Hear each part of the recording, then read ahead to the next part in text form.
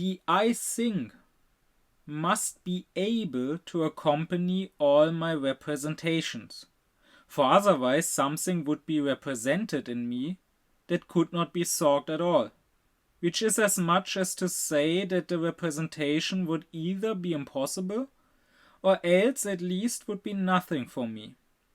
That representation that can be given prior to all thinking is called intuition. Thus, all manifold of intuition has a necessary relation to the I think in the same subject in which this manifold is to be encountered. But this representation is an act of spontaneity. It cannot be regarded as belonging to sensibility. Immanuel Kant. As I explained previously, according to Kant, our faculty of cognition has two parts. The lower faculty of cognition, that is sensuality, is receptive, it is passive, it lets us view the things as they affect us, as they are given to us, while the higher faculty of cognition, that is intellectuality, is spontaneous or self-active. It is the faculty through which we think. And in my last lecture, I talked about the lower faculty of cognition. I talked about sensuality. And I explained that what it gives us are perceptions. Perceptions, I said, are made up of a material that is various sensations, the colors, the smells, the tastes, and so on, which is subjective. And this subjective material also has a form. That is the two forms of viewing or of intuition, space and time, which come from us, which are the forms in which we view things, but exactly for that reason are objective. If by the object we understand not the object as a thing in itself, but the object that appears to us.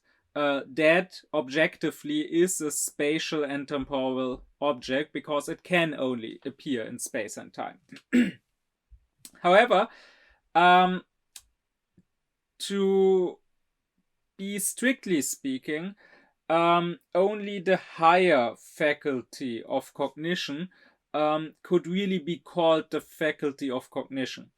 Because according to Kant, actual cognition only can be arrived at through thinking. Because what cognition is to him is it is an objective representation.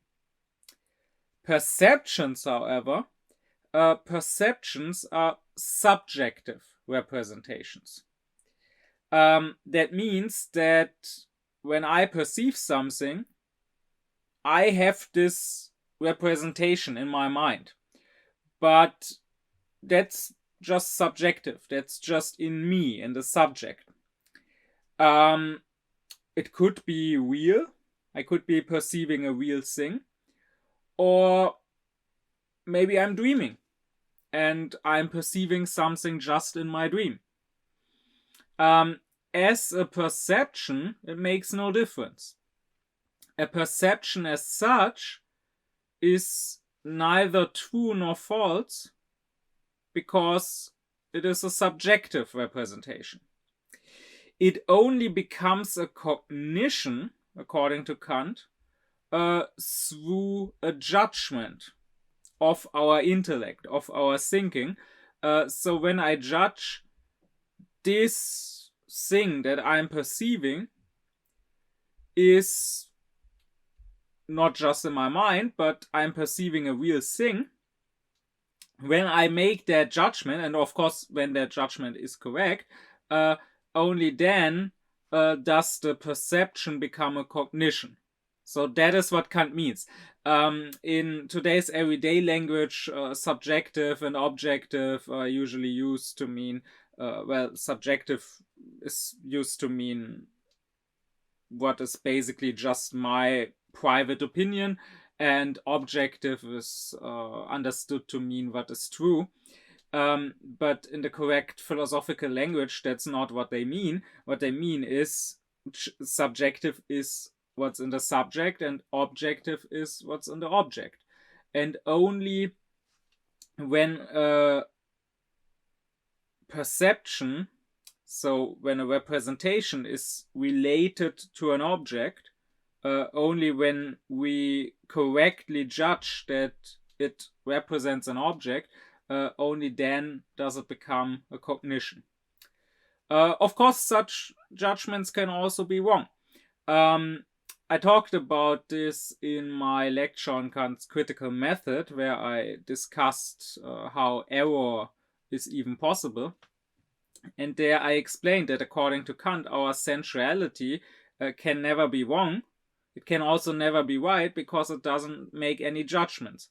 A perception is just that. I just perceive that thing. I have these sensations and they happen in space and time. That can never be wrong. Only the intellect, which judges whether this is just in me or whether this is actually related to an object, only this intellect can be right or wrong. Now, this intellect, this higher faculty of cognition, was defined by Kant as self-active, spontaneous. So we now have to ask, in what way is it active? And here, the crucial point on which Kant's whole critical philosophy basically hinges is that he says what it actively produces is never material. So we can't, through mere thinking, through our intellect, we can't come up with new material truths, with new material representations. Rather, what we do actively produce with our thinking is form. So to Kant, what the intellect is doing is reflection. The intellect reflects about the sensual data, so to say, and gives them a form. But it always needs this sensual material to work with. So what Kant is saying is that cognition always has two parts. The one part, the sensual part, is the material of the cognition, its content, so to say, and that is the perception. So to be clear, in the last lecture I said that perceptions themselves have a material and a form. I said their material is the sensations and the form is time and space as our form of viewing. But now, if we take the perception as a whole, with its material and with its form, then as a whole, it again is the material. It is the content of our cognitions. And the other side is the intellectual reflection of this material, which is the form of our cognitions. And only by perception and reflection coming together, so only when we have a content and a form combined, only then can we have a cognition. But what does it mean to give something a form? It means bringing some sort of unity into it, right? The form sort of combines and brings together a multitude. And This unity, however, is not one that is just there and just exists, because then it wouldn't come from our intellect, then it wouldn't be something that we actively think and create, but rather then it would be something that is affecting us, that is passively viewed. Then it would be part of the perception and therefore part of sensuality. We can think of God's intellect. I talked about that in the 2 lectures ago, in the lecture on how synthetic judgments a priori are possible. We can think of God's intellect as viewing things. We can think of God as having an intellectual viewing, Kant says. And in that case, in God's intellect, the unity of things would not be something given to them, something formed, something brought into multiplicity. It would be there from the beginning, and God would view the things as being a unity right away. But in our case, this unity has to be created first by the intellect. And this creation of unity, this bringing together, is called synthesis. That is why Kant says our intellect or our thinking faculty, what it really does is creating a synthetic unity of the manifold. That is what giving a form really means, right? Synthesizing things into one unity. And that is all that thinking really does, according to Kant. Our thinking, in the broadest and the most general sense, is always an act of connecting, of bringing together, of composing things, of bringing them into a form, synthesizing them into a unity. That, once again, is the active part. What we can't do is, so to say, create new things, create new representations. We get new representations only passively, only through our sensuality as we receive them. But we can bring them into a form. And that is our thinking. And of course, I previously talked about synthetic and analytic judgments. But even the analytic judgments, Kant would say they are secondary. The synthetic judgments have the primacy because an analysis can only bring out what has previously been synthesized. So I used examples for analytic judgments. I said saying that a father is male and has at least one child, or saying that a bachelor is unmarried, that is analytic. But how can we do this analysis? Where do we even get the concept of a father or of a bachelor from? Only through a previous synthesis. At some point in my life, I synthesized the concept of maleness and the concept of parenthood, and came to understood that that makes a father. And now I can analyze this previously synthesized concept. I can try to take it apart again to become more clear about which parts I synthesized, which parts I put into this concept. But originally, there must have been a synthesis, or else I couldn't analyze anything. Unless you wanted to claim that certain concepts just lie in our head, like they were given to us by God or whatever, and we just have them from birth. Then we could maybe analyze them without having previously synthesized them. But if you don't want to make that claim, and Kant certainly doesn't want to make that claim that we are just magically born with certain concepts, then you must assume that every analysis is preceded by some sort of synthesis. So that, once again, that is what thinking does. It synthesizes. You must realize that in our experience, every single element, without exception, is sensual.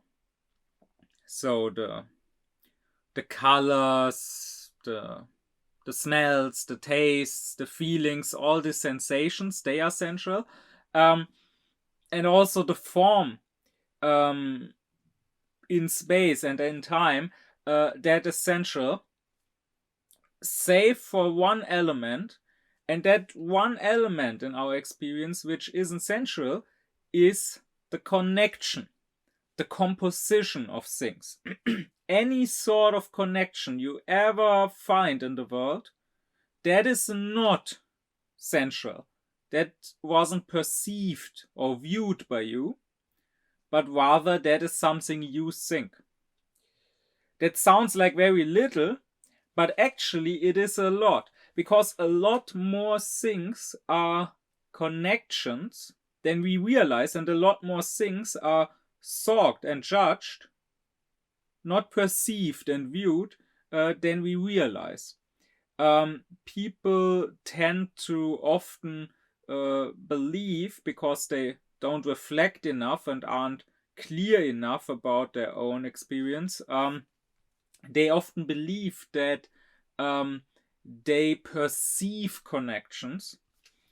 But if you think about it, you never perceive connections. Like, people would claim that they perceive leaves being connected to a tree. They perceive the leaves growing on the tree. But that's not true. You don't perceive that. If you just go by what you see when you look at the tree, you see that there's the branch and then there's the leaf. And okay, you don't see a space between them. You see that they are right next to each other, but that doesn't mean that you actually see a connection between them. I mean, when you see a person leaning on the wall, they are not connected. I mean, they are connected in the way that they touch, but they are not attached to each other. So if in this second example, you don't see an attachment between the person and the wall, then in the first example, you don't see an attachment between the leaf and the branch either. You think it. You judge that in the second case, they are not glued to each other, they just happen to touch for a moment, while in the first case, they are actually connected to each other. That is your judgment. Or to go with the famous example of Hume, Hume looked at causality, and that is actually what started Kant down the path onto his own critical philosophy. So he would understand that what Hume discovered in the case of causality is not true just for causality, but for all forms of connections. But of course, causality is one form of connection, and Hume says when we see one billiard ball rolling against the second one, and we see the second ball rolling away, all that we see is those movements, is that the first one touched the second one and then the second one started to move. But we don't see the connection. We don't see that the second one moves because of the first one. That is not a perception, because we can't perceive a because. We can only think a because. We ourselves make this connection. We, so to say, we put it into our perception, but we don't perceive it directly.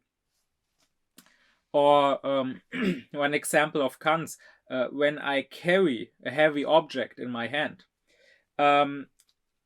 I have two perceptions. I perceive the object that I see in my hand, and I feel the heaviness. I feel the weight in my hand. But I cannot perceive that they are connected. I cannot perceive that this object is heavy. I mean, all I can say is I have these different perceptions at the same time. I have the sensation of heaviness, and I have the sensations, the color sensations when I look at the object. But just because I have two different perceptions at the same time, that doesn't mean they are connected. I mean, I can put one hand into the fridge, and I could put another hand on the oven, and then I would perceive the coldness, and I would perceive the heat in my two hands. But that doesn't mean that they are connected. That doesn't mean that the cold fridge makes the oven be hot or whatever. So once again, the fact that the heaviness is connected with this object is not in my perception, it is in my judgment. In fact, the logical copula is, I talked about this in previous lectures, that in logic, this connecting middle word that connects the subject with its predicate is called the copula. So when I say the object is heavy, this is the copula, and this copula, Kant says, that is what our thinking adds to our cognition. We never perceive an is. An is always comes from us. An is always represents a judgment that we make. I judge that I don't just happen to perceive the object and happen to perceive heaviness at the same time, but rather I judge that the object is heavy. So that the heaviness is in the object. That comes from my thinking. And here I would also like to point you at another fact. When I want to imagine new things that I have not seen, products of fantasy, all I can create are forms, because once again the forms, the connections, they come from my self-active faculty, they come from my thinking faculty, but all the content, all the material comes from my passively receptive faculty of sensuality. So you cannot imagine new colors that you have never seen. You cannot imagine new tastes that you have never tasted. So the sensations, you have to work with those that you have. Or you cannot imagine new forms of viewing other than space and time. So all the things you imagine, no matter how fantastical, no matter how far removed from regular reality, all the things you imagine, you have to imagine as temporal, spatial, and as made up of sensations you know. The one thing that you can imagine without ever having perceived it is different connections between the things. So I have no problem imagining an orange mouse or a purple elephant. Even if you have never seen such things, you have seen the colors orange and purple, and you know space, and in space something can have the form of a mouse or of an elephant. So even if you hadn't ever seen these animals with these forms, you could still imagine new forms in space, of course. So you can imagine a connection between the color orange and the form of a mouse in space.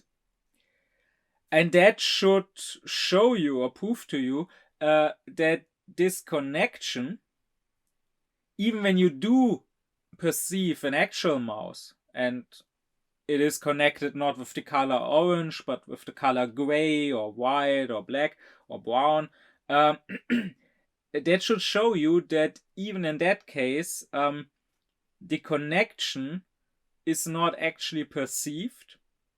Because, once again, if we perceived connections, we could not imagine new connections that we never perceived, just like we cannot imagine new sensations that we never sensed. But rather, the connection, even when you do think you are seeing it, is something that you made, that you judge there to be. Now, this higher faculty of cognition, this thinking faculty of ours, which in the most general possible description is a faculty of giving things a form, of connecting things, of creating a synthetic unity of the manifold. This thinking faculty, according to Kant, has three parts.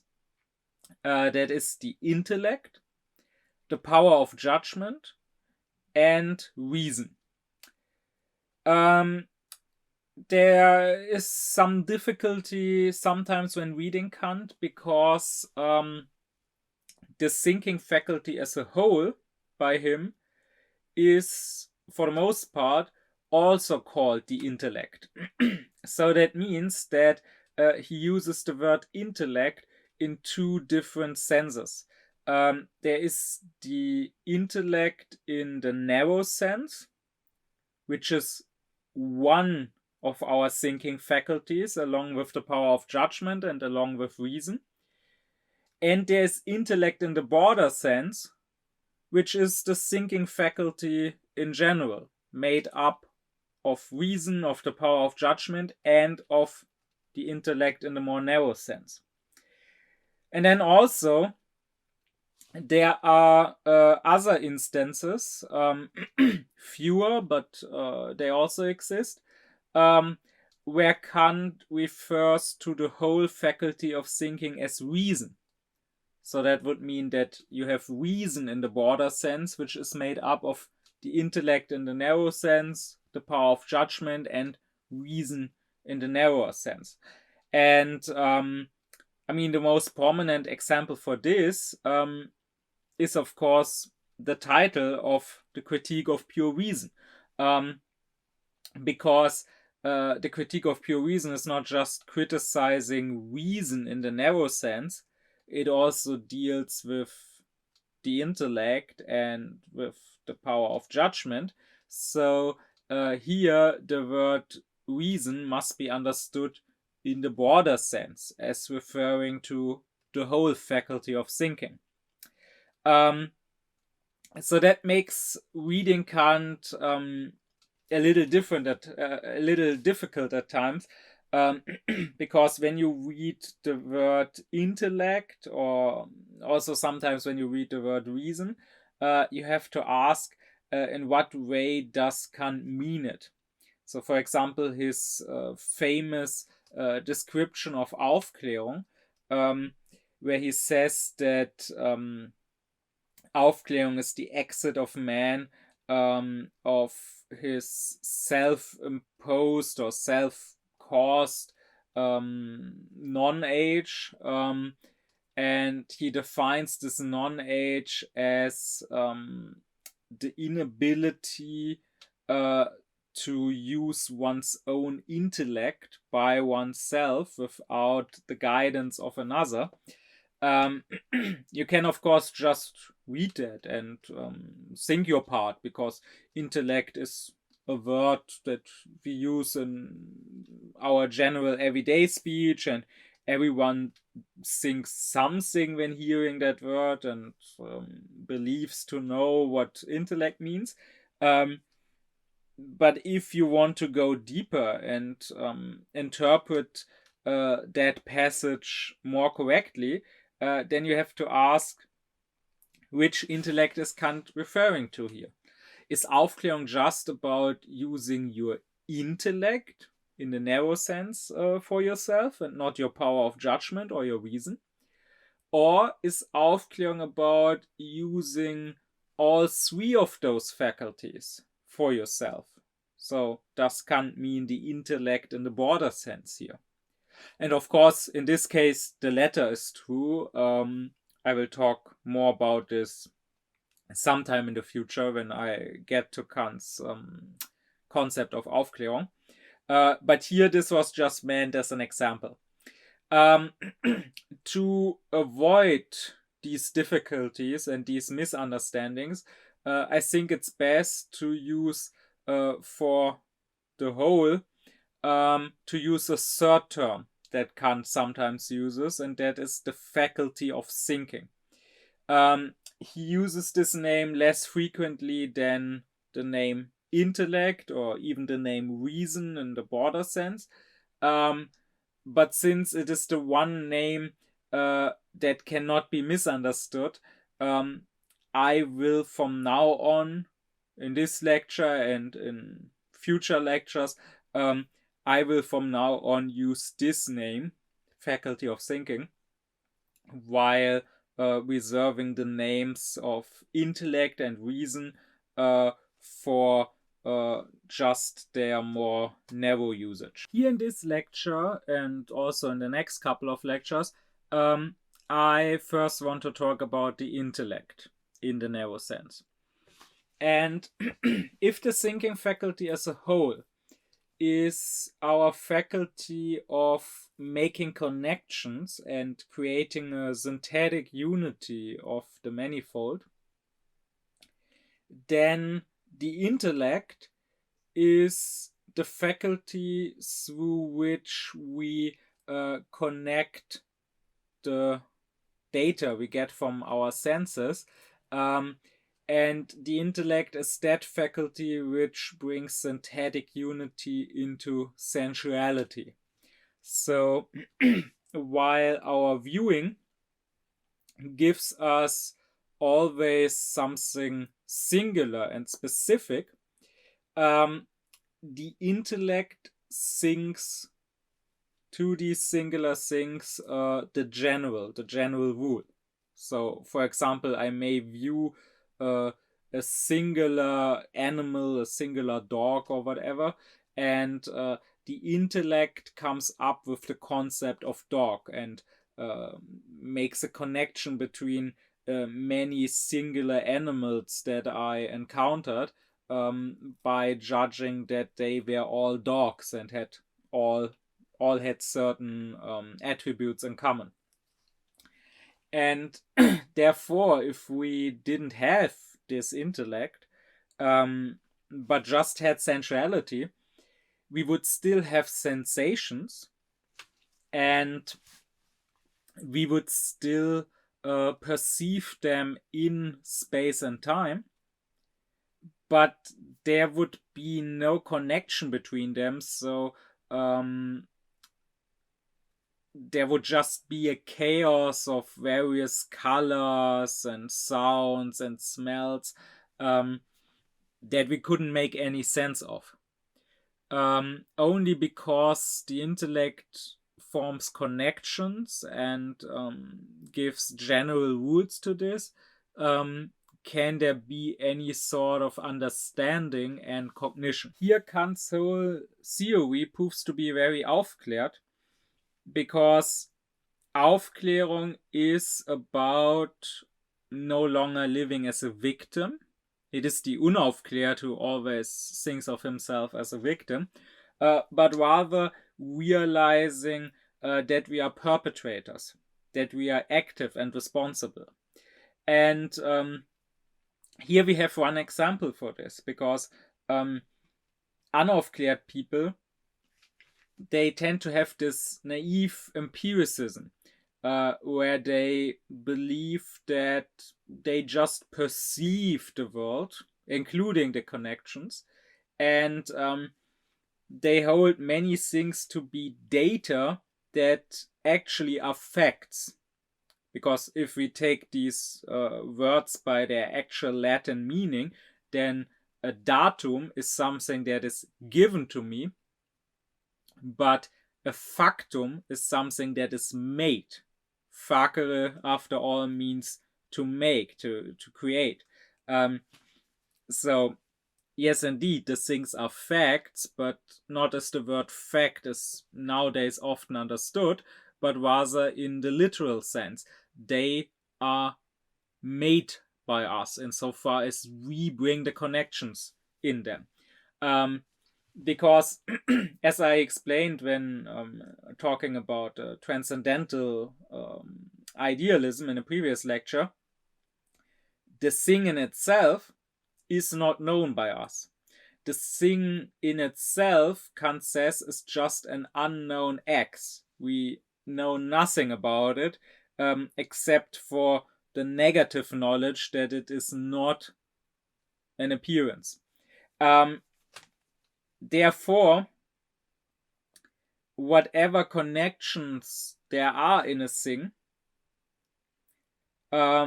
whatever unity there is in a thing, is not a connection, is not a unity that exists in the thing itself. Because even if that thing had some sort of unity, some sort of form, some connection of multitude, of the manifold, we could not know about it. Rather, the unity of the thing is synthesized by our intellect. And now Kant says that when it comes to the process of cognition, there are three steps, so to say, three acts of our intellect that are needed in order to have an experience. And these three steps are the intellect bringing synthetic unity into our own consciousness, or apperception. The intellect, through the power of imagination, bringing synthetic unity into the image that we perceive, or apprehension. And finally, the intellect, through its own concepts, its own rules, bringing synthetic unity into experience, or intellection. And here in this lecture, I want to stick with apperception and explain what apperception means before turning to the other two steps in the next lectures. We are not always conscious of the synthesizing of our intellect. We are not always conscious of the synthesizing of our intellect.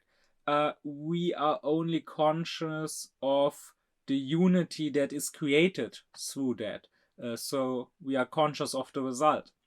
And the first such synthetic unity that the intellect creates is that of the subject, of us, the thinking subject. Because only through the intellect does the subject come into being, Kant says. Or, well, maybe not. That's not the right way to express it, because that makes it sound like the intellect was there before and now the intellect would create the subject. Rather, this act of creating the subject, so to say, is not done by the intellect, it is itself the intellect, Kant would say. And the subject, the I, is the first act of thinking. And to be clear here, and that is very, very important, it is an act. It is not just something that is, just a fact. Now using the word fact in the usual way it's used again. But rather it is an act. People may believe that there is an I, a self, and now that I is thinking, but rather Kant shows that it is the other way around. There is thinking, and that thinking thinks, so to say, of itself as being thought by an I. And this act of synthesizing the various representations as being the representations of one shared subject which thinks all of them, that act is what Kant calls apperception. That word, he didn't come up with it. That word was already in use in 18th century philosophical language. But his understanding of it is different from the understanding that previous philosophers had of it. In Kant's writing, when you read the word apperception, you can take it as more or less synonymous with the word self-consciousness or with the word I, the self. The difference being not so much in content, but in what aspect the focus is put on. Because if you say the self-consciousness or the I, it makes it sound like there's this thing, this substance that exists, the self-consciousness, the I, and now this thing is doing the thinking. While Kant wants to emphasize that self-consciousness, that the I is an act, the act of apperceiving. And only through this act, which is itself the act of thinking, only through this act does it come into being. Because our inner sense and what our inner sense perceives, the thoughts, the feelings, the desires, that is fleeting and ever changing. So that is a manifold. And I mean, what is saying that I am always the same person? How do I know that I, who now thinks this and that, am the same person as I was in my childhood when I thought other things, or when my feelings change, when maybe one moment I'm sad and then the sadness fades away and I become happy. Who is to say that I, who is happy now, am really the same person who previously was sad? Maybe my sad soul left my body and was replaced by a happy soul. Maybe that is the very explanation for the changing of feelings and the changing of thoughts. The thing is that I say that I am always the same. I make this connection in my thinking, and that is exactly what Kant calls apperception.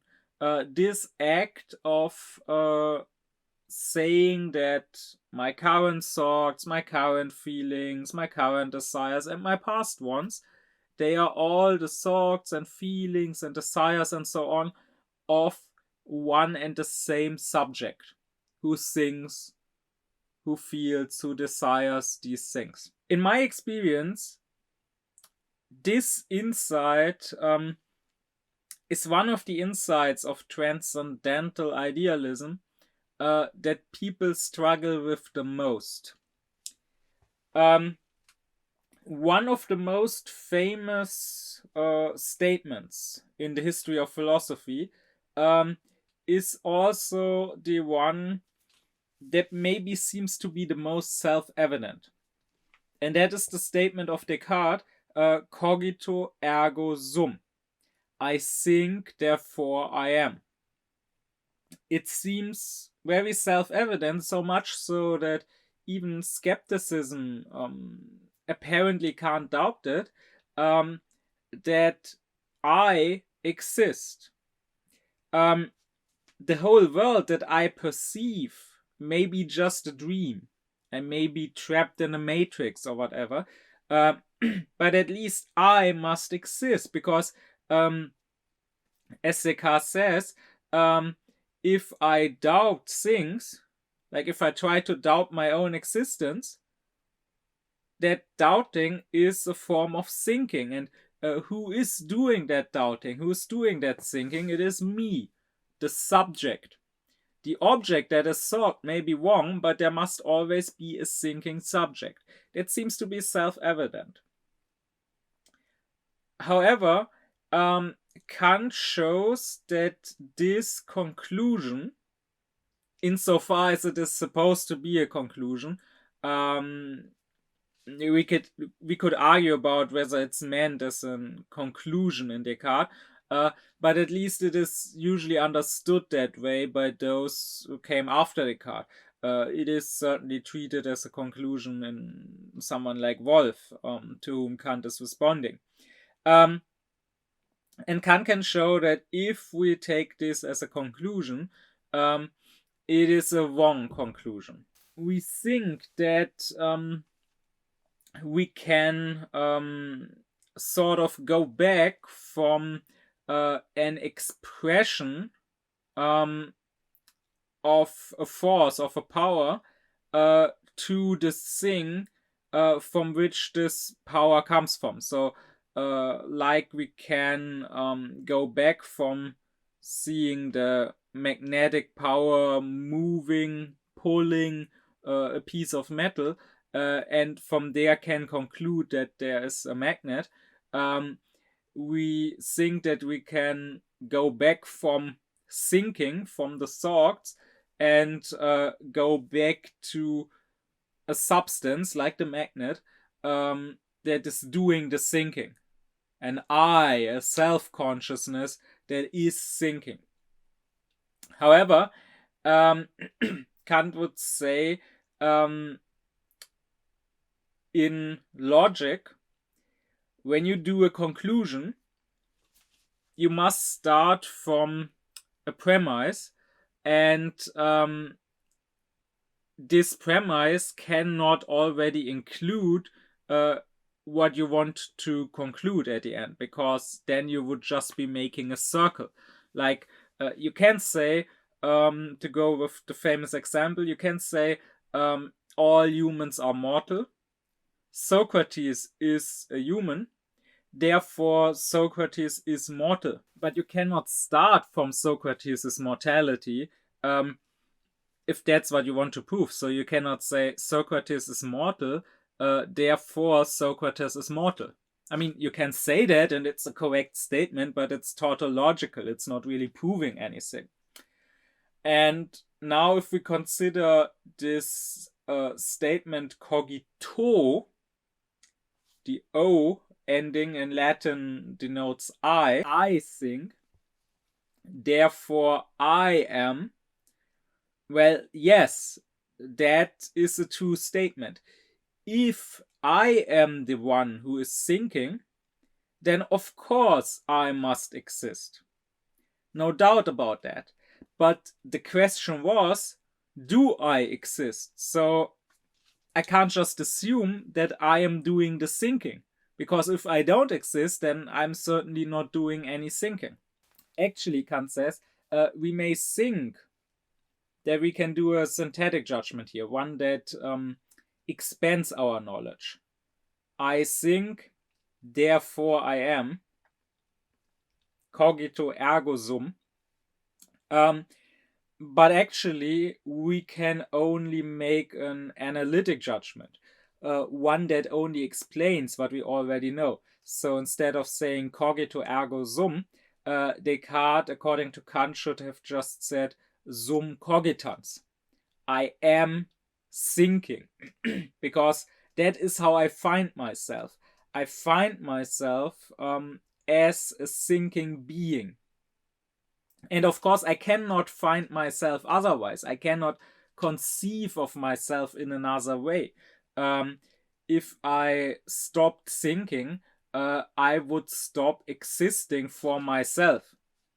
Maybe I could still exist for others, like a stone exists for others, but I would not know of my own existence. To think and to be self-conscious is really one and the same. But that does not mean that the I is thinking and is existing previously to the thinking, and the thinking comes out of the I, so to say.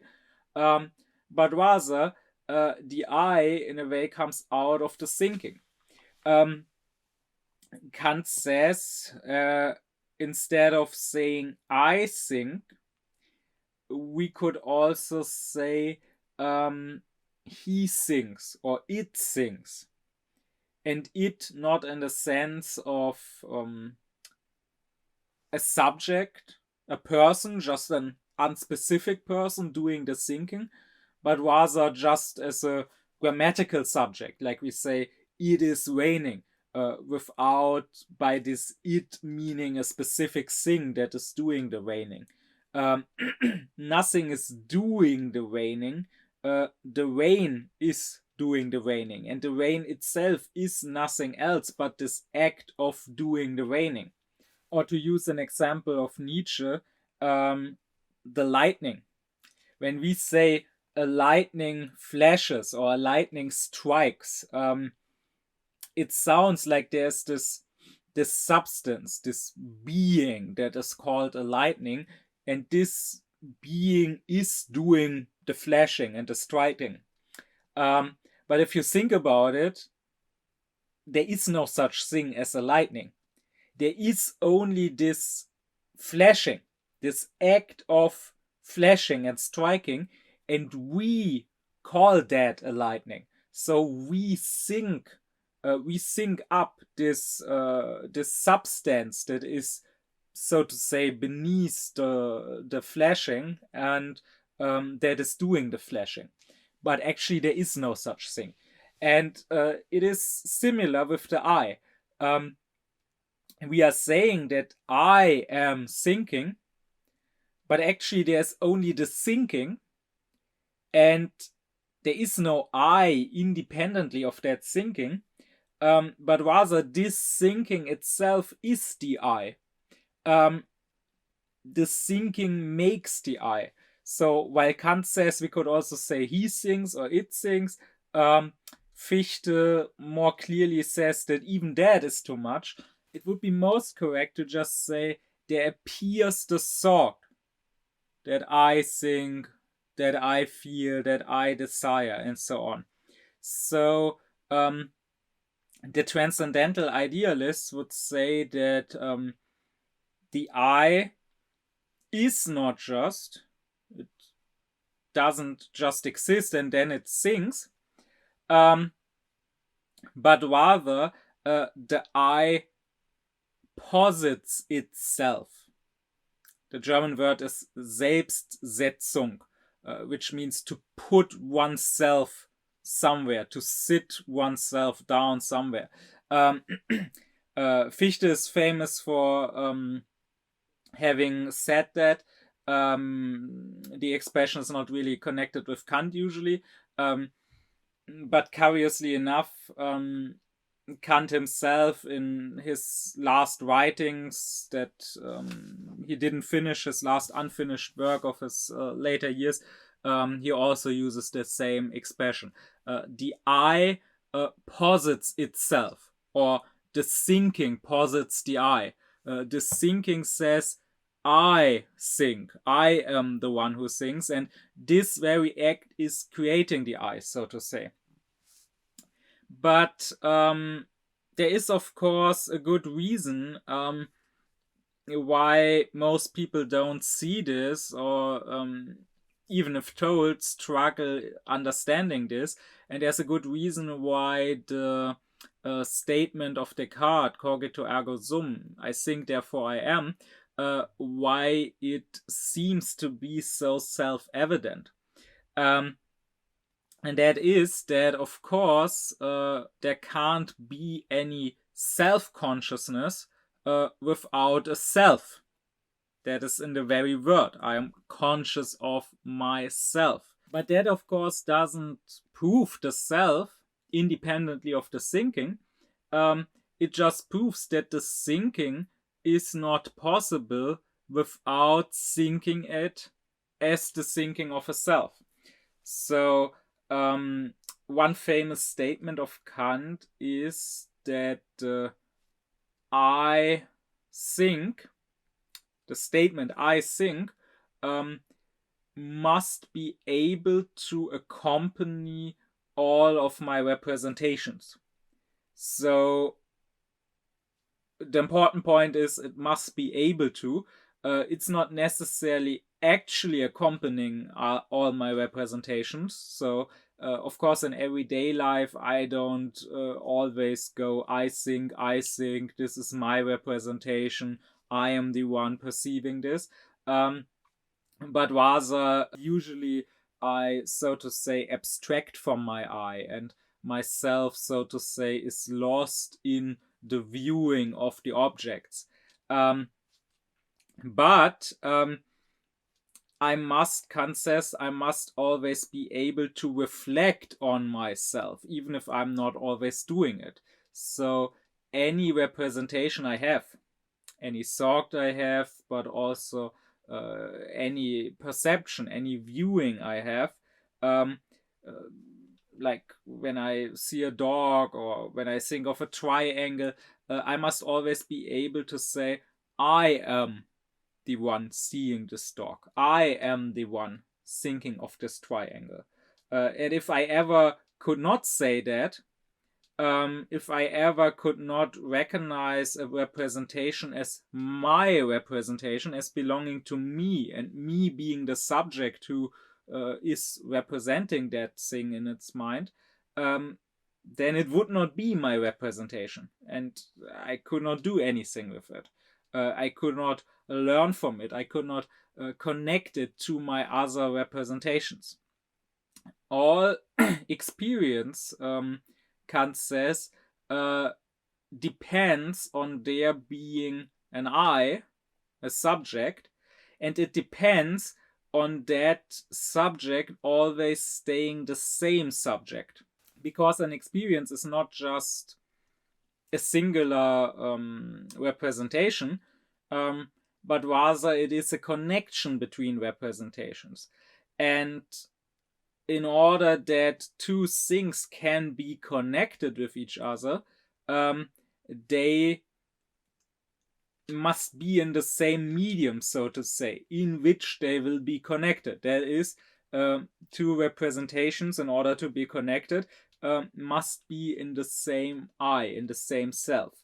I mean, if one person perceives seeds being put on the ground, and then another person years later perceives a tree in that very place, neither of them has experienced that trees grow out of seeds. Only if the I who perceived the seed and the I who perceives the tree is the same person, only then can it make a connection between the two. Even such a simple experience as saying that swans are white. I mean, I can't say that from just perceiving one swan. I need to perceive several, and I need to always stay the same person. The swans they may change. I see one today, I see another one the next day. So the objects that are perceived, they are changing. But the subject who perceives them must remain the same through all those perceptions in order for it to be able to connect these perceptions and form an experience from them. Or it is as if there was a movie playing in a movie theater, and the movie is basically live. And now imagine that after every scene in the movie, a person would get up from his seat and go out of the room, and another person would go inside and take that seat. In the end, none of them would have seen the movie. None of them would be able to tell what happened in the movie, what the movie was about, because each of them would have perceived just one singular scene. The scenes may change, the movie will take its course, but the viewer who watches the movie must remain the same, or else the movie has not really been watched as one singular, one continuous movie.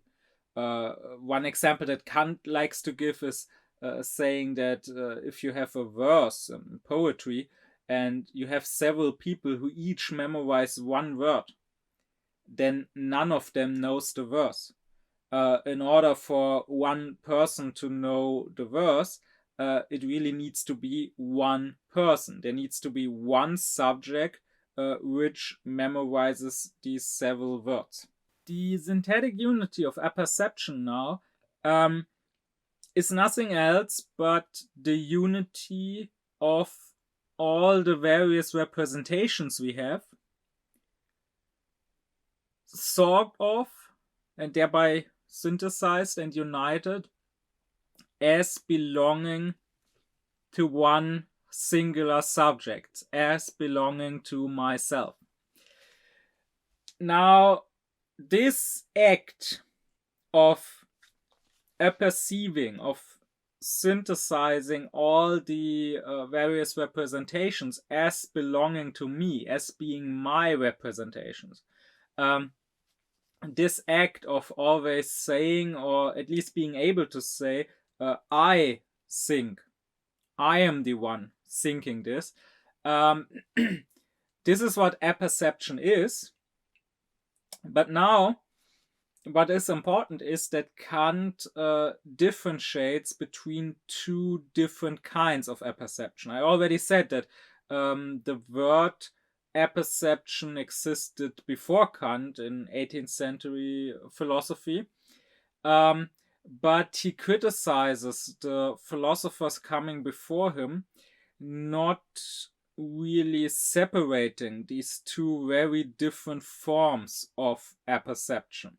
And these two forms he calls, on the one hand, the empirical or psychological apperception, and this one relates to our inner sense. And I already said in the last lecture that through the inner sense, just like the outer sense, through the form of viewing that is space, perceives the objects, the bodies outside of us. Through the inner sense, we perceive our own representations, our thoughts, our feelings, our emotions, and they are of course ever changing, so they are a manifold, and through the impulse of the intellect we do this empirical or psychological apperception and synthesize this manifold. We synthesize these specific representations as belonging to this specific I, that is our I. So what the empirical apperception gives us is the person That's what we usually mean when we call someone a person, when we talk about someone's personality or someone's character. The empirical or psychological apperception gives us that I, that self, which is the object of empirical psychology, as Kant would call it, or just psychology, as we nowadays would call it. And he criticizes the thinkers of his time for taking empirical psychology to be a part of metaphysics, for not separating it from rational psychology, which is not based on experience, on inner perception of our own feelings and emotions and thoughts, but which through pure reason tries to find out if the soul is immortal, how the soul is connected to the body, and so on. Kant insists that these two fields, dealing with two completely different selves and dealing with them through completely different modes, through empirical data and through pure rational thinking, that they must be separated. Well, the other form of apperception that Kant talks about is the one that is more important for us here, that we are concerned with here. That is called transcendental apperception, or also pure apperception, or also original apperception. And this one is the purely logical act of saying I.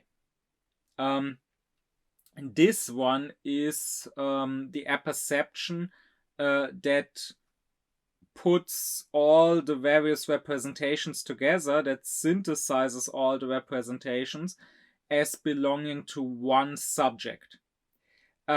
Here we are not saying anything else about that subject, because this is not about specific representations, specific thoughts, specific emotions, therefore belonging to a specific self with a specific character. This is just about, in general, all our representations, whatever they may be in content, belonging to one logical subject in which they are connected and which is thinking or representing all of them. Let me illustrate the difference between these two kinds of apperception by an example.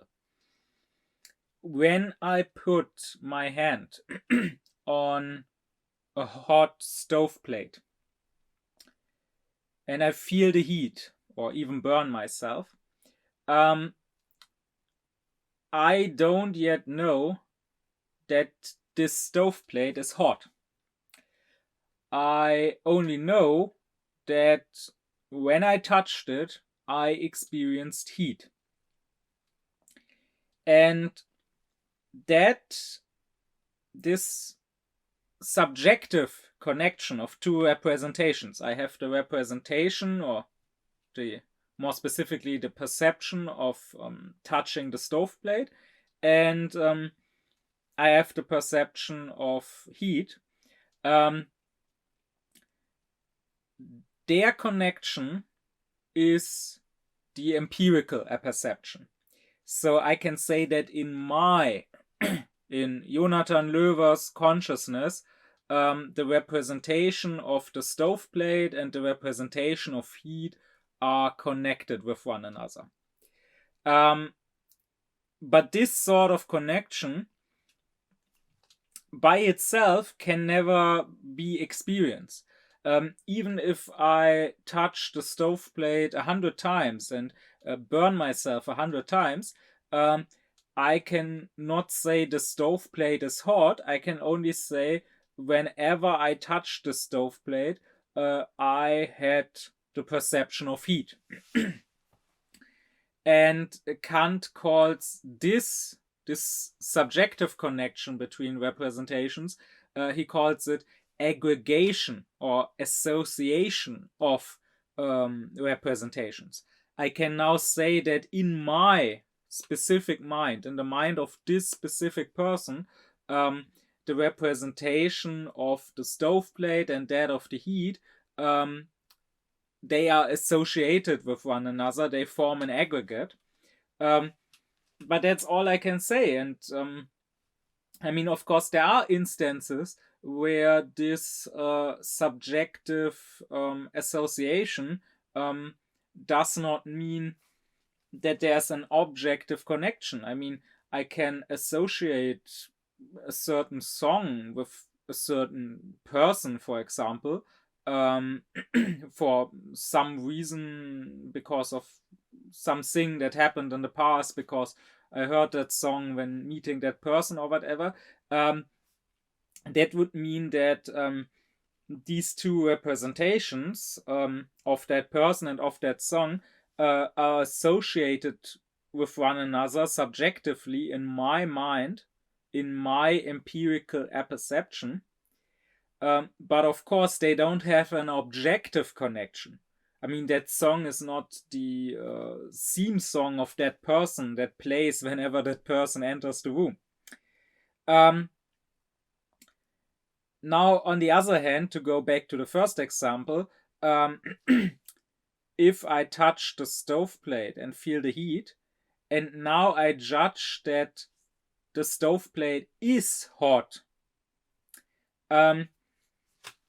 that is the transcendental apperception, because now the connection between the stoveplate and the heat is no longer taken to be just subjective. I'm not saying they just happen to be associated with one another in my mind for whatever reason, but rather it is objective.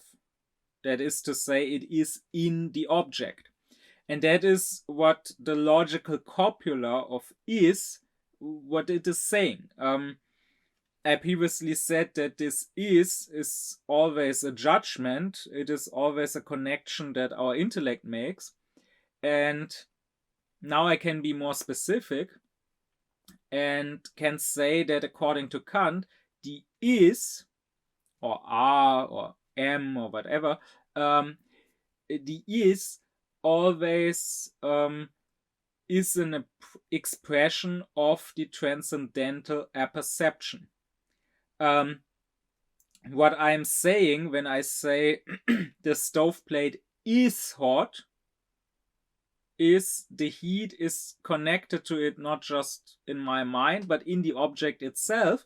In other words, what I am saying is my mind cannot just connect them, or it doesn't just happen to connect these two representations, but rather what I'm saying is that they must be connected in my consciousness. I'm saying that it cannot be any other way. I mean, of course, in another time, the stoveplate maybe isn't hot if I turn it off and let some time pass. But in this specific situation, under these specific conditions, the stoveplate being turned on and so on, I am saying that I must connect these two things, the stoveplate and the heat. And not just me, I'm saying that any subject, any person who were to touch the stoveplate, again, if the conditions are the same, if the stove is still turned on and if the person has the same biology as me, so if it is a human being with heat receptors, but under the same conditions, I'm saying that any subject has to make that connection, because once again, it's not a subjective, it's an objective connection. And that is the transcendental apperception. Apperception in general means synthetic unity of the representations as belonging to one and the same subject, but transcendental apperception means that this synthetic unity is understood to be an objective unity. That is, the various representations must be connected in the same subject. And in their naive realism, most people, they don't ask what is the difference between reality and a dream. And the difference is not on the sensual side. It is not in the perceptions. I have perceptions of things that actually exist, and I have perceptions of things that are only in my dreams. Rather, it is on the side of the thinking faculty that there's a difference between dream and reality, Kant says.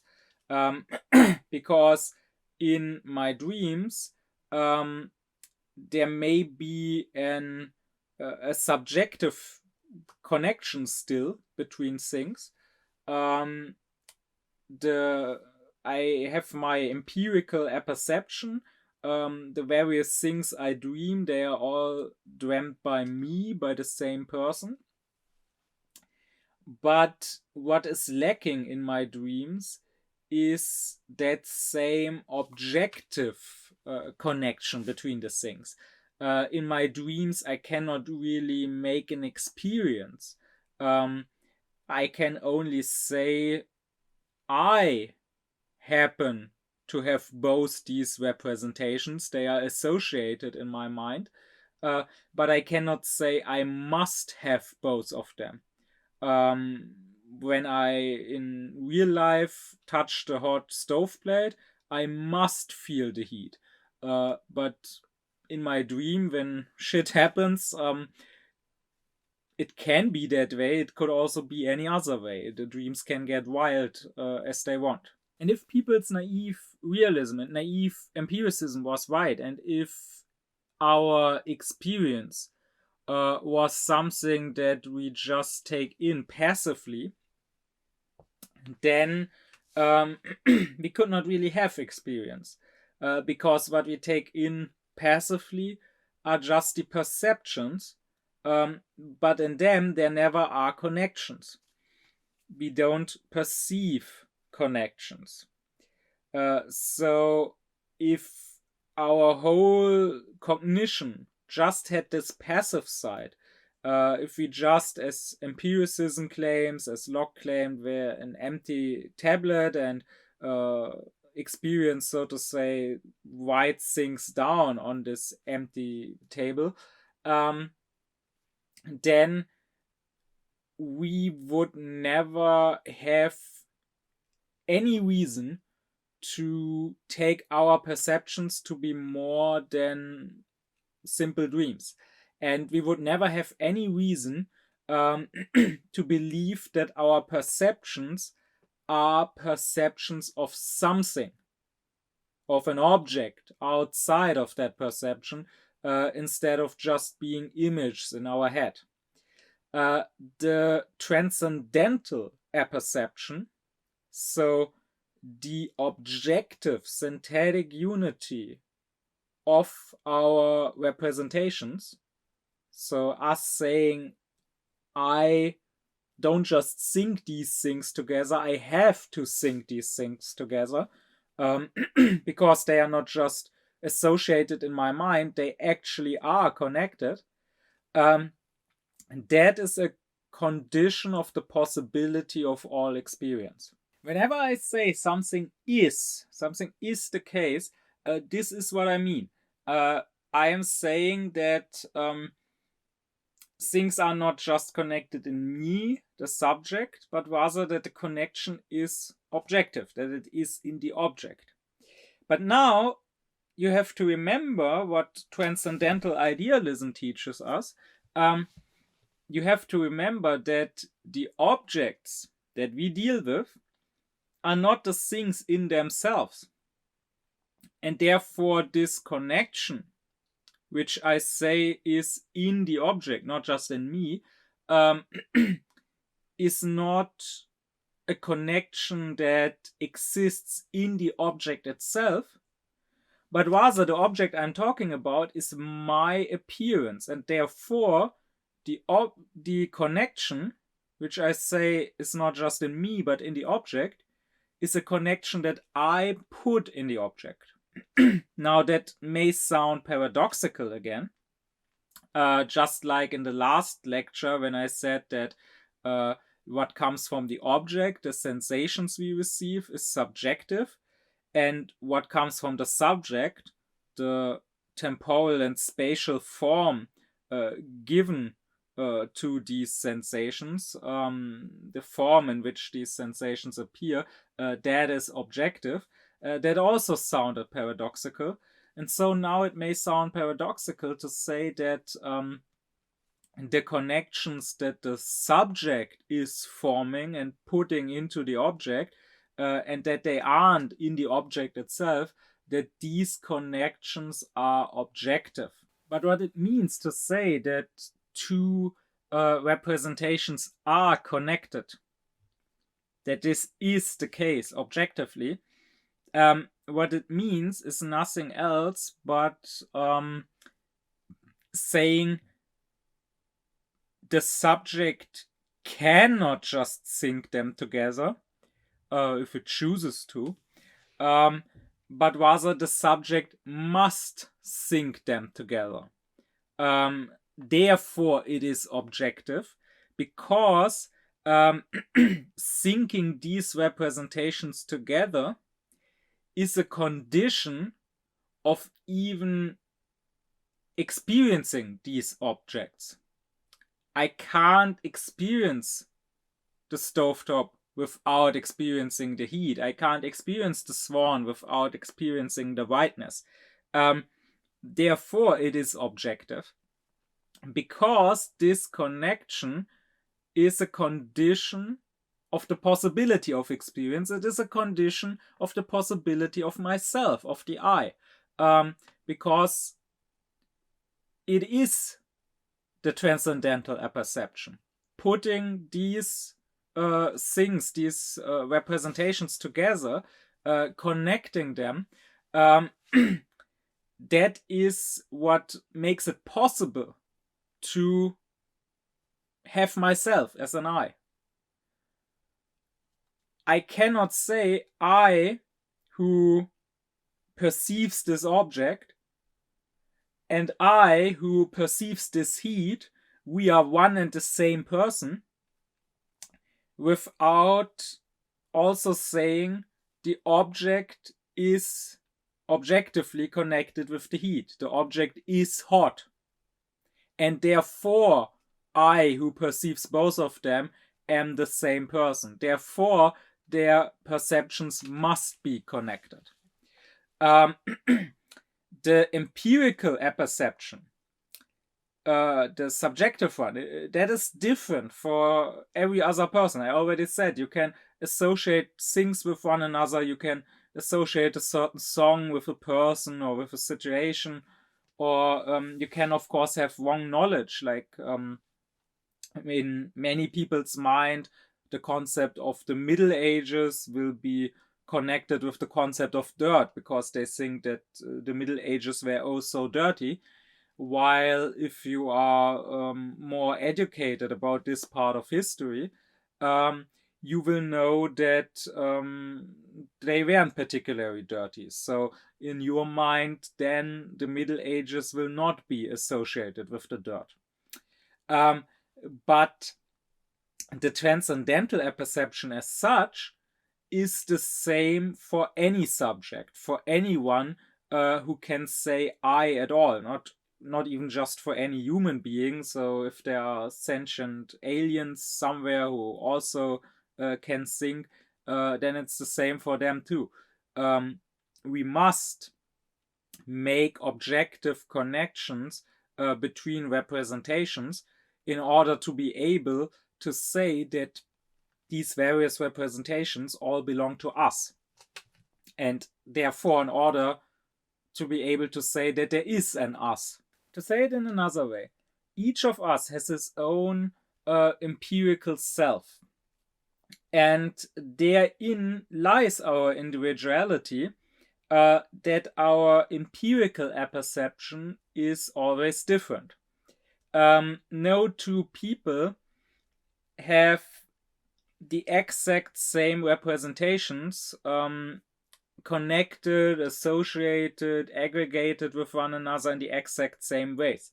But then, if we abstract from everything that is individual, from our specific perceptions and emotions and desires and their specific connections with one another, and if instead we just reflect on what remains, that is self-consciousness in general, that is being an I, that is the I-ness, so to speak, then we can say that this I-ness is the same for everyone.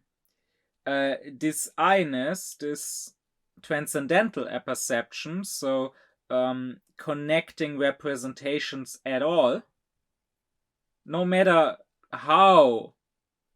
which specific representations and in which specific ways you may connect them, but making connections between them at all, that is necessary in order to even be an I. And if there are only a limited number of ways in which we can connect our representations, so if there's only a limited number of ways in which this transcendental apperception can happen, and indeed Kant will go on to say there are only 12 ways in which this can happen. I will talk about this soon in future lectures. Then that means there are only so many connections we can make objectively. And that is what leads Kant to saying there are 12 categories of thinking that we all share. But again, I will get into that in a future lecture. But despite all the empirical and material differences between the specific representations and their specific connections, the base ways of connecting are always the same, and therefore we all share the same 12 base elements, so to say, of our connecting, of our thoughts. And to say it in a third way, when we use the same word for something, like in this case the word I, there should be something that connects all the instances where we use the word. Like, for example, of course, empirical water is always different. There may be some water here in that glass, and then some water over there in that pond or in that ocean, some water falling from the sky as rain, some water will be more dirty, some water will be more pure. But in spite of these empirical differences, all water must share certain attributes, or else we wouldn't be justified in calling these various different things water. Giving the same name to different things denotes a certain sameness. So the waterness, what it means to be water, to be made up of hydrogen and oxygen and so on, that always remains the same. And the same can be said about the I. No matter how different all the I's are amongst various humans or even other thinking beings that might exist, what it means to be an I in general must be the same, or else we wouldn't be justified to all say I to ourselves. And what it means to be an I is that this original apperception is the same in all the I's. That all of them apperceive, that is, collect and connect all their various representations as belonging to one and the same I, to themselves. And they can only do so by making objective connections, by saying these two representations, they have to be connected because their connection lies in the object, and therefore they have to be in the same subject, because it is not possible that one subject would have perceived one of them and one the other, because they are objectively connected. If there are these two different kinds of apperception, that means we can also say that in a way we have two different eyes, two different selves. Of course, only formally speaking. Materially, they are one and the same eye. But formally, we can look at this one and the same eye from two different perspectives, so to say.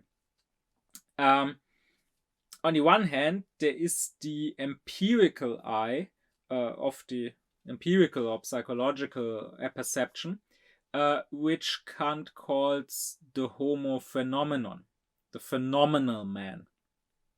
That, once again, is what we mean when we talk about someone's personality or character. That, once again, is the person that empirical psychology deals with, because that is the eye of the inner sense. So what I experience in myself, the emotions, the desires, the thoughts that I experience, that is I as I appear to myself, I as I am affected by myself. And then on the other hand, we have the eye of the transcendental apperception, which Kant calls the Homo noumenon, the noumenal man. This eye is the metaphysical eye, which is just a logical function. It is just a subject in every statement about an object. It is just the I in I am thinking this, I am representing this. And of course, we usually combine these two eyes, we usually sync them together, but it is important here in philosophy to separate them. It is important to realize that this Homo noumenon is just this logical function, just this eternal subject, while on the other hand, the Homo phenomenon is an object. Not an object of the outer sense, like all other things, including our body, but rather the only and singular object of the inner sense, but still an object.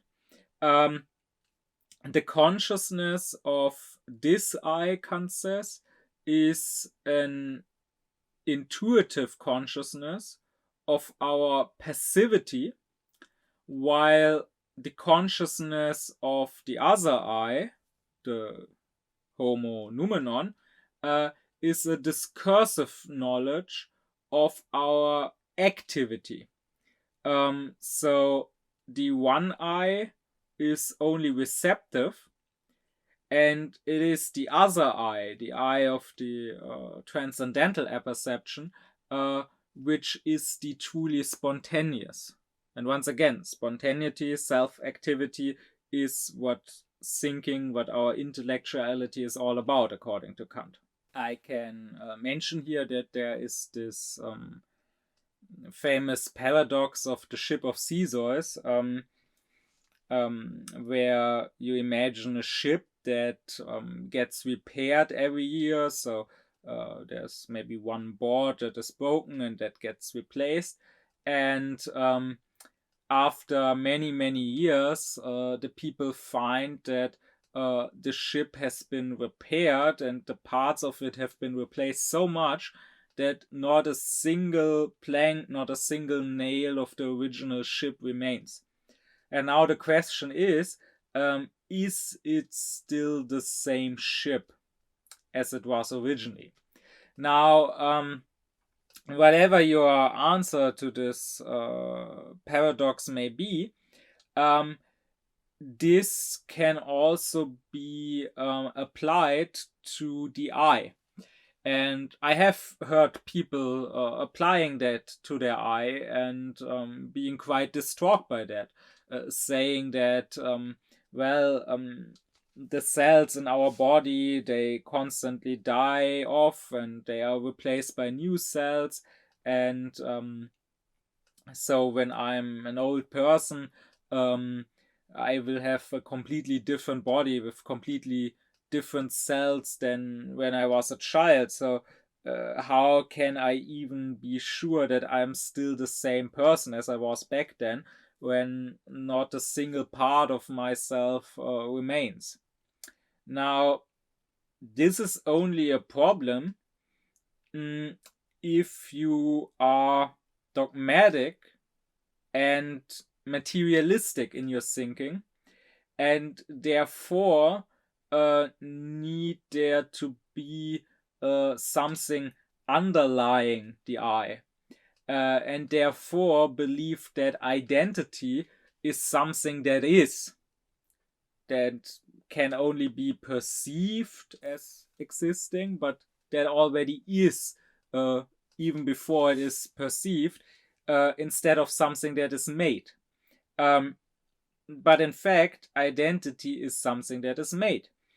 You, in your thinking, make this connection. You, as an old person, will say, those experiences that I made as a child, those memories that I have of my childhood, they are my memories. And that will be the very reason why you will be the same person as this child whose memories you have. Everything else can change, but the I of the transcendental apperception, this I, this subject, has to remain the same. But we don't know anything about this I, except that it is this logical function of sort of collecting and putting together all of our representations as belonging to it, to this same I. Because, I mean, even the empirical I can change. Maybe throughout your life, you may change your whole character. Maybe you will disconnect yourself from the person you used to be. You will make different decisions, you will act differently, you will hold different opinions. Maybe you will judge your own past self and say that you were wrong in everything you did and believed. But even then, no matter how much your empirical I changed, this simple logical function of having an I will remain the same, as long as you say, this past person that I was, no matter how different I am now, but as long as you say I was that past person, I don't believe in the things I used to believe anymore, but still the same person who back then believed those things and the same person who now believes other things, they are one and the same I. As long as you can say that, you indeed are the same I. You make the identity then. And this logical function of saying I think, these representations, they belong to me. They are necessarily connected in me. This can never change as long as you are. If you ever stopped saying I, you would stop existing. If some of your representations were connected as belonging to one subject, and some of your representations were connected as belonging to another subject, they would not both be your representations. some of them would then belong to you and some would belong to another person. This, by the way, is also why it makes little sense when some people believe that they will be reincarnated in another person. Like, how is that still you? In the way that those people believe in reincarnation. I'm not saying that we can completely rule out any sort of reincarnation, but in the way that it is often viewed, it makes little sense to say that it's still you. Of course, people will claim it's the same soul that used to be in your body that goes into another body. Well, I don't know what this soul they speak of is supposed to be, but even if we assume that there is such a thing as this soul, okay, then this new person shares the same soul as you once had.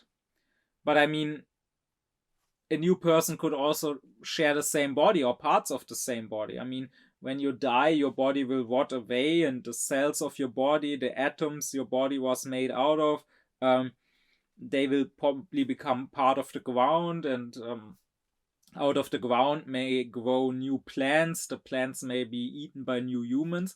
So eventually, the atoms of your body may end up forming another person's body in thousands of years. But no one would ever think of therefore claiming that this other person is the same person you used to be. And in the same way, I don't see how you are more justified to say that if instead of your material body or its atoms, your immaterial soul passes on to another, that other person is still you. No, you are still you as long as this transcendental apperception, this pure apperception, stays the same, and as long as you still say I to yourself. So if you want to believe in some sort of life after death, no matter what it may look like, you have to believe, Kant would say, that your transcendental apperception will remain, that you will still be able to say, I, who is now, am the same person who was before in this other life.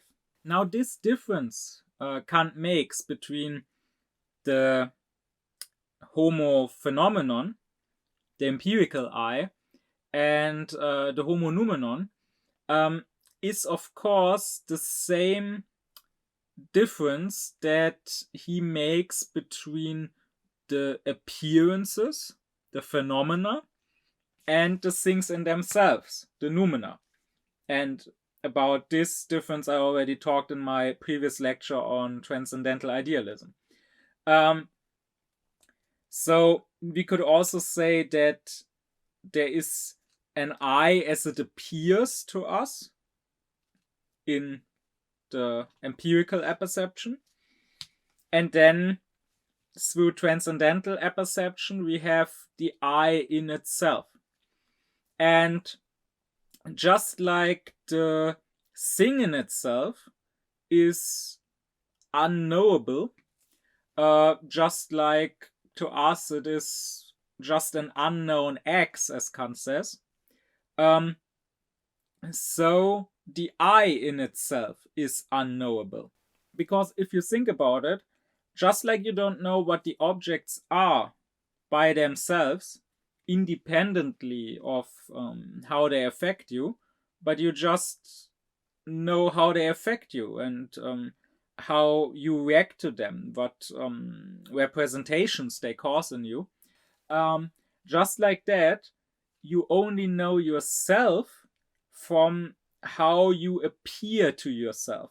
You know yourself through your emotions, through your desires, through your thoughts. So you only really know yourself by how you affect yourself inwardly.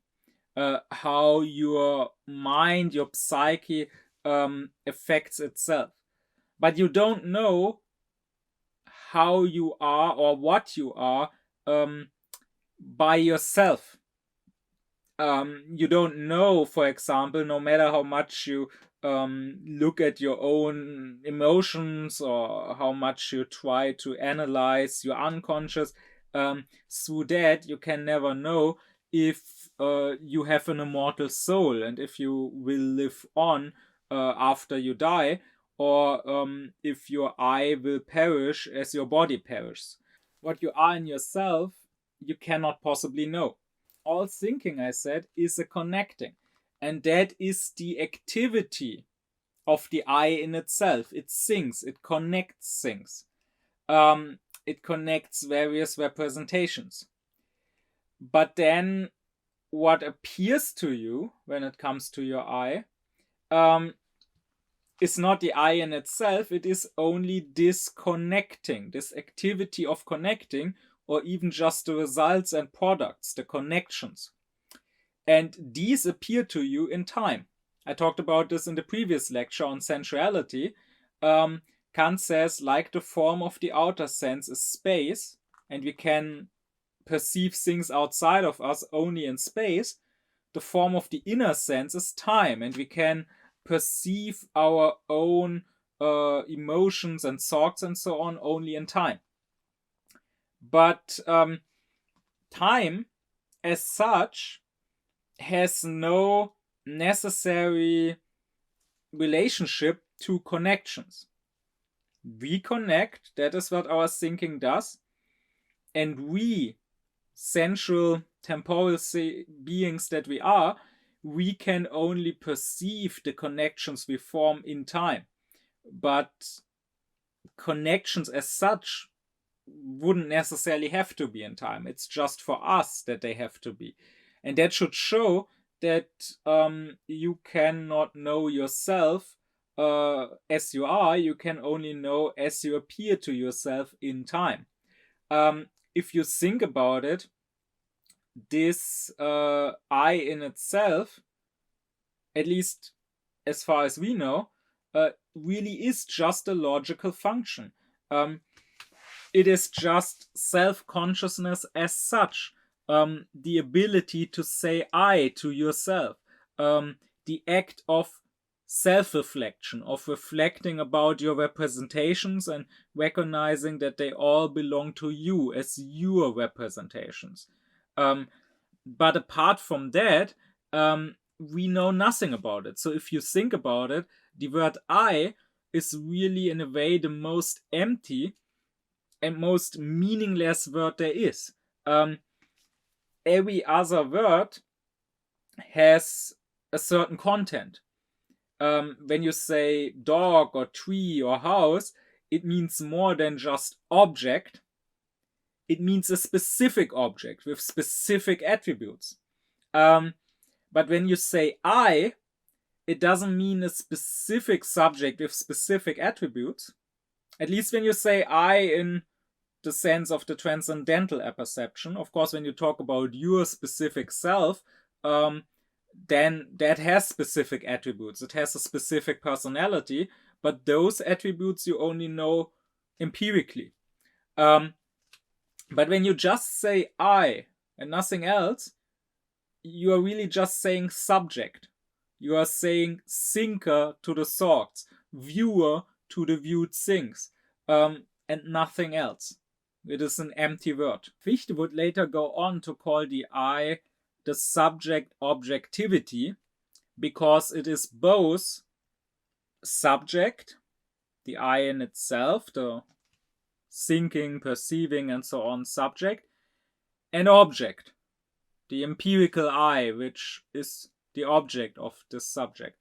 And therefore Kant could have used the same name. He doesn't use that exact term, subject objectivity, but basically he's already saying the same thing, that the I is both subject and object at once. But the thing is, all that we can know is the object. We cannot know the subject. if we were to know it, it would become an object, and therefore we would only know what it can be as an object to us, but we would not know it as a subject. So let me give you an example from sensuality, from the physical. You cannot see yourself. Like, you can see your hand maybe, but you cannot see your own face, your own eyes. And if you now tell me I can see myself in a mirror, yes, that is true, but in the mirror, you are not truly seeing your actual body. You are seeing your image in the mirror. That is the object, so to say. But the subject, the seeing subject, can never see itself. You have to put yourself in front of yourself as an object, as an image, and then you have to see that. And of course, you could take a picture of yourself standing in front of the mirror and watching your own image in the mirror, and now you can look at that picture. But now the body you see standing in front of the mirror, once again, is not your actual body. It is just a photo of your actual body. And you can take a picture of yourself looking at the picture of yourself looking in the mirror, and this can go on and on and on, but I think it's quite clear that each time you just get an image. You can try to get an image of the previous subject that looked at the previous image, but then it again is just a new image. The actual subject you will never arrive at. And this leads me to another remark I want to make, and that is that the more unaufklärt a person is, the more he will probably think that he already has and knows his I. Just like unaufklärt people take the appearances to be the things in themselves and don't realize that they don't know the things in themselves. Just like that, they believe to already have their I. They believe that their I, their self, is the thing closest and best known to them. When in fact it's the opposite. It's the thing furthest and least known from them. People constantly talk about their I. My emotions, my identity, my experience, my wishes, my freedom. And they will make a big deal out of that. They will even do politics with that. They will demand that you take their emotions seriously, that you listen to them and their opinions and judgments, or they will demand their freedom, or whatever they take to be their freedom. But they don't realize that usually they have not really arrived at a true self yet. This self, this I they are talking about, is not really themselves.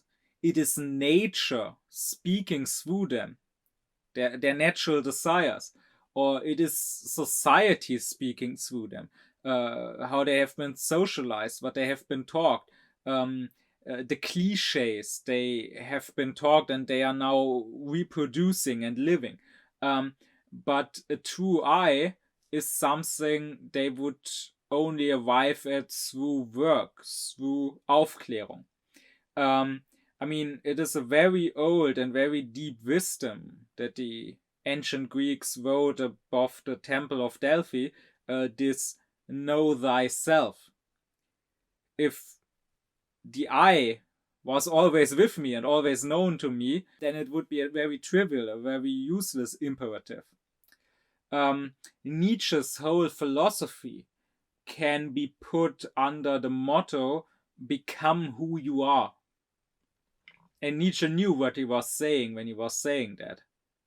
He didn't say that because he assumed that people already are themselves, but rather because he very deeply understood that people are far from being themselves. I also want to make one other passing remark here, and that is that this insight of transcendental idealism, that I is basically an empty word, and that the I in itself is nothing, or at least something we don't know.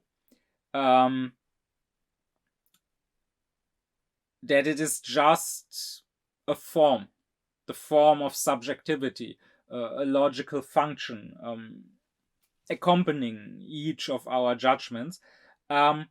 This insight is also what in the 20th century became the fundament of what is called existential philosophy, which was very prominent here on the continent. Be it people like Heidegger here in Germany, or be it existentialism in France with people like Sartre or Camus. This existential philosophy, I mean, in a narrower sense, it belongs to the 20th century. If you wanted, you could say that it has roots in the 19th century already, with someone like Kierkegaard. Or if you wanted to stretch it even further, you could say that the very first roots reach further back to someone like Pascal. But it became really prominent and received its proper name in the 20th century. This existential philosophy is based on the realization that for us humans, existence, what Heidegger calls Dasein, being there, existence precedes essence. So for other things that might be different, like the essence of God, so what he is that he is almighty, all-knowing, holy, and so on. And that essence for us is there first. And now the question is, does he exist? Is there a being with such an essence, or is it just a thought that we have, but that doesn't have any reality?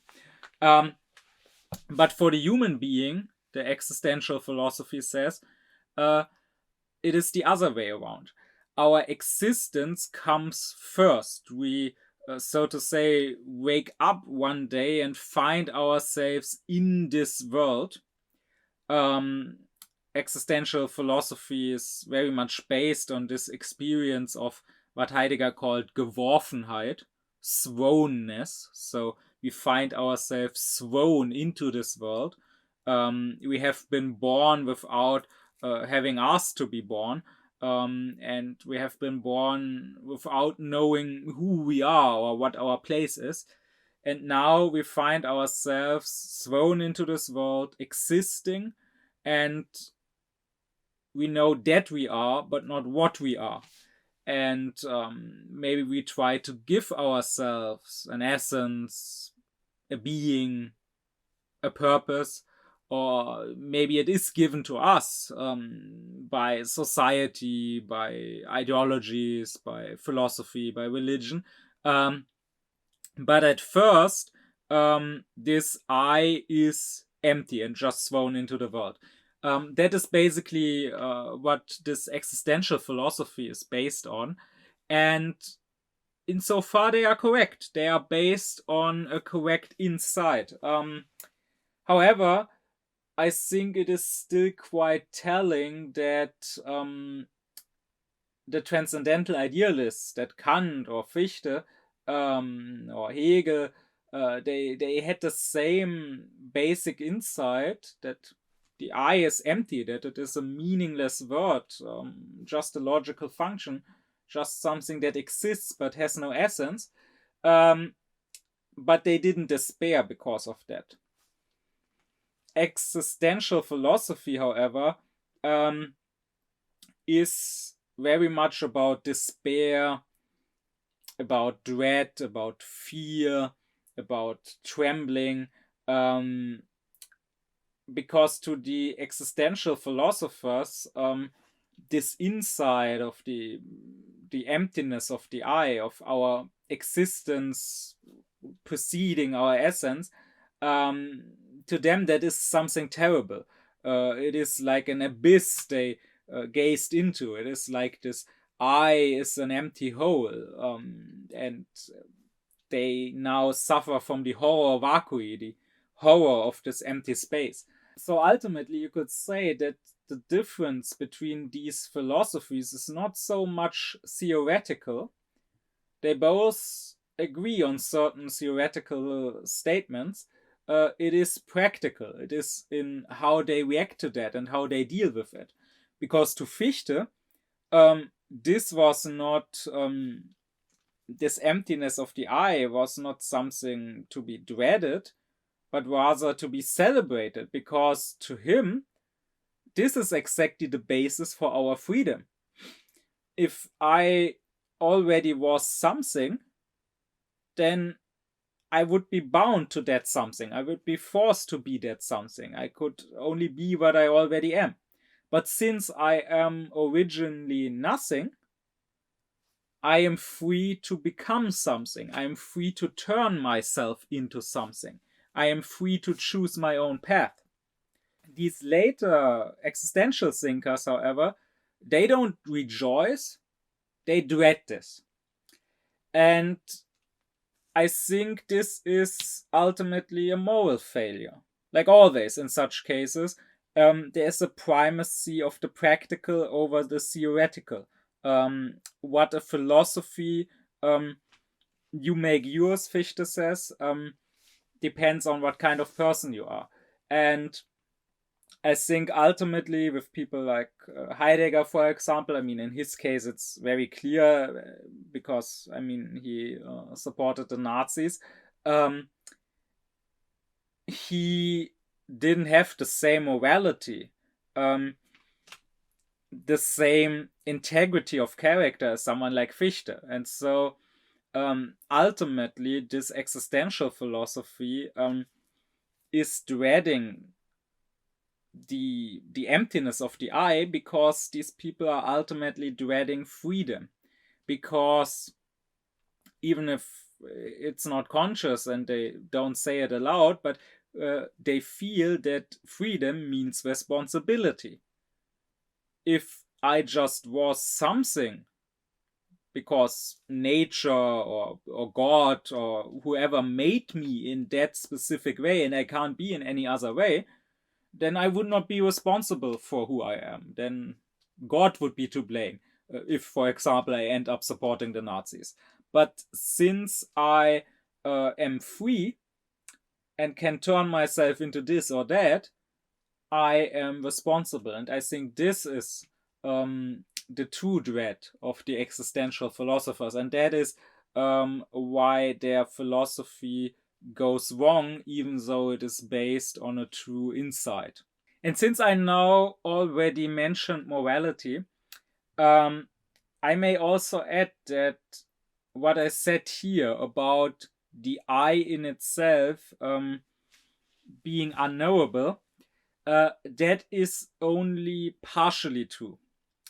It is only true from the perspective of theoretical philosophy. And of course, that is the perspective we are assuming right now, because I am for now talking about Kant's theoretical philosophy. But I already want to make clear that to practical philosophy, things are a bit different.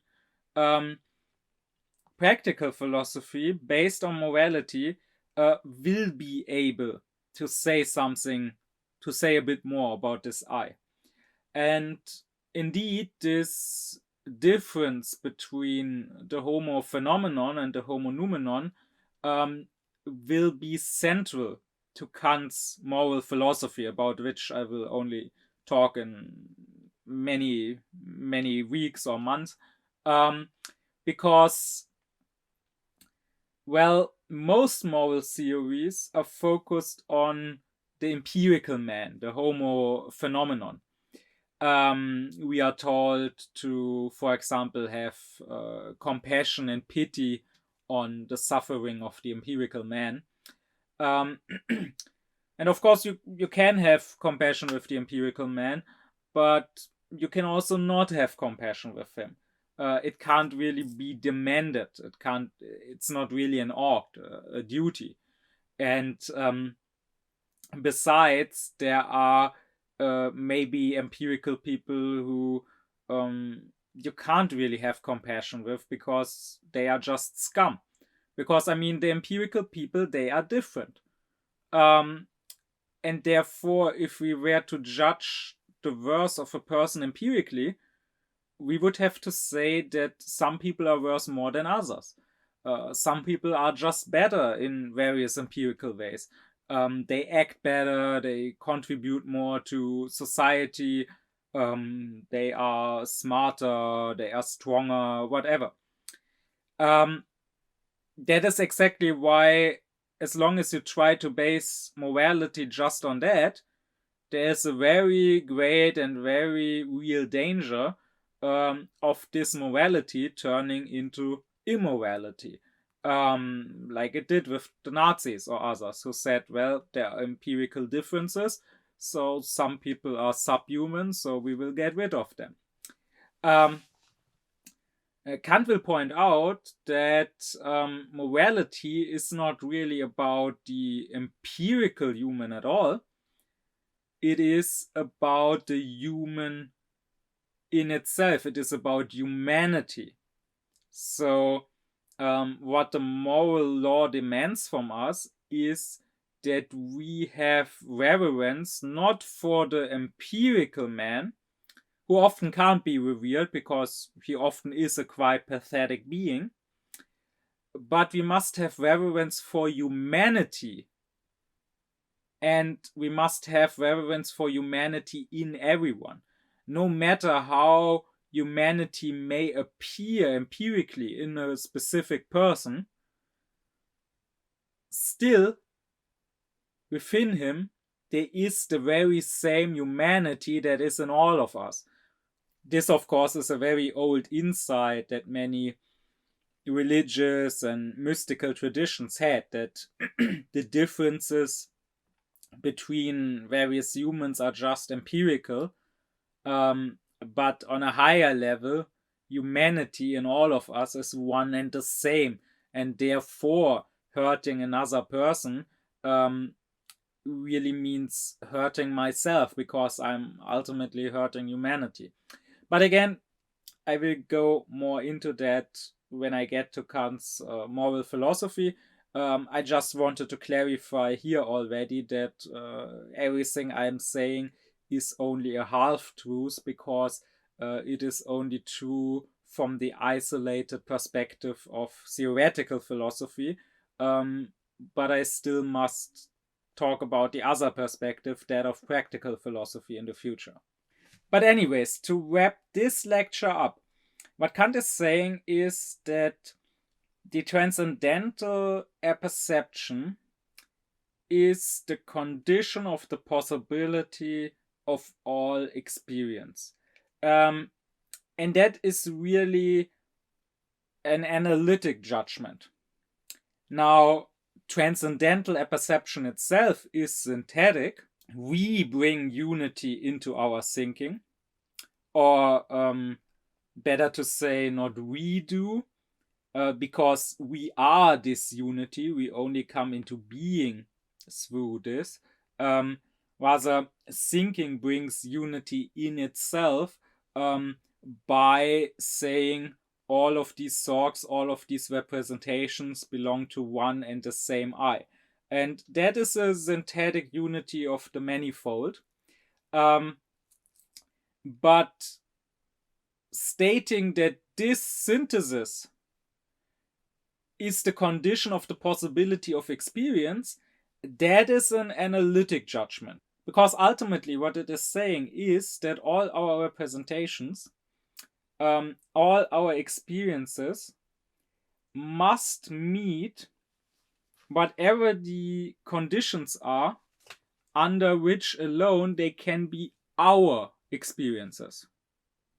That is pretty self-evident, and again, that is merely analytical.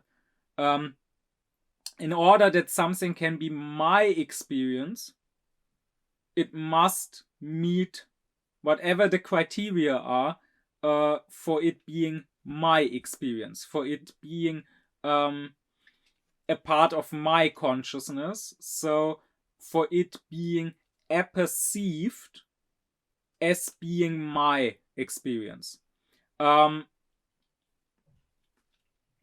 If there was a perception that my intellect could not, so to say, collect together with my other perceptions and subsume as being one of my perceptions, as belonging to me as a subject, well, then that perception would not be my perception.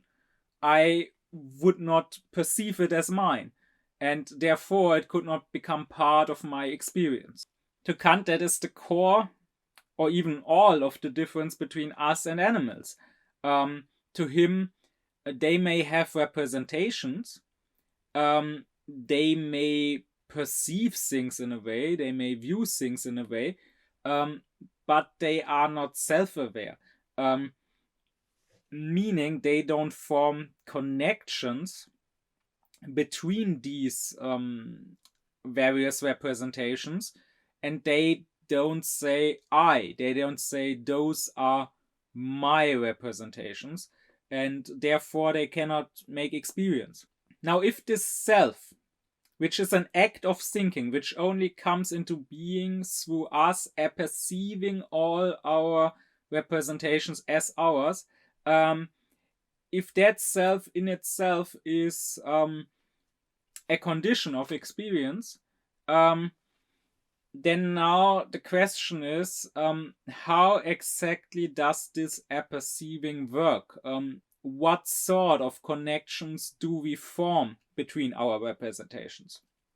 And once again, I mentioned this earlier, if there is only a limited number of ways in which we in general can form these connections, then those ways would determine all of our experience, and not just ours, but once again of all self-conscious beings, be they aliens or spirits, angels, demons, jinn, elves, fairies, whatever. If any such beings existed, that would be true for them as well. Just like different beings may walk very differently, like we have 2 legs, dogs have 4 legs, ants have 6 legs, someone may walk slower or faster, so different beings may think very differently, but still there is, so to say, a base structure that all walking shares. Like, all walking has to happen on the ground. If you are in the sky, you are not walking, you are flying. Just like that, all thinking would have to share certain base structures. Now, of course, this is only true for discursive intellect or thinking faculty, because here I mean intellect in the broader sense again. This is only true for discursive intellect like ours. 2 lectures ago, in the lecture on how synthetic logical judgments a priori are possible, I said that according to Kant, we can think of God as having intellectual viewing. So an intellect that doesn't think, but rather views the things, because we can think of God as having an intellect, and intellect, thinking faculty, means the spontaneous, the self-active faculty, as having an intellect that produces not just form, but matter itself. So God doesn't just perceive things that are independently of him and that somehow affect him, and therefore perceives them not as they are, but as they affect him, as they appear to him, but rather God views the things, and by viewing them makes them, and therefore he views them as they really are, because they really are the way he views them. they really are in his intellect. And such an intellect that views, would not have to give the manifold material of the things a form which it otherwise doesn't have. But creatures such as we, who can only get the material, the content of their representations through sensuality, and whose intellect is discursive, whose intellect can really just reflect on this material which it itself hasn't produced, and whose intellect can really just give a form to this material.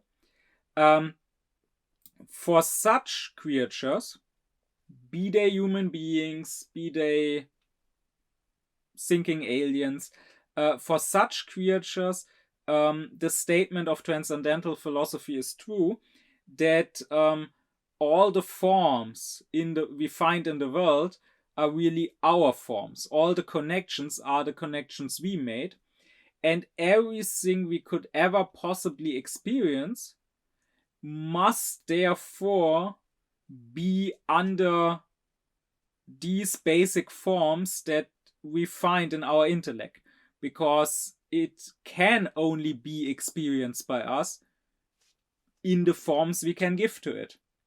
And if we couldn't give it one of the forms we have to give, then we couldn't experience it. My deep thanks be to my supporters: Thomas Deuringer, Garnau Klaufen, Benjamin Lehning, Oblomov, Samet Özkilic, Christos Pai, Alexander Reuter, Lisa Rinner, Elif Özün, Yasin Özün, as well as to all others who support me and my Aufklärung course.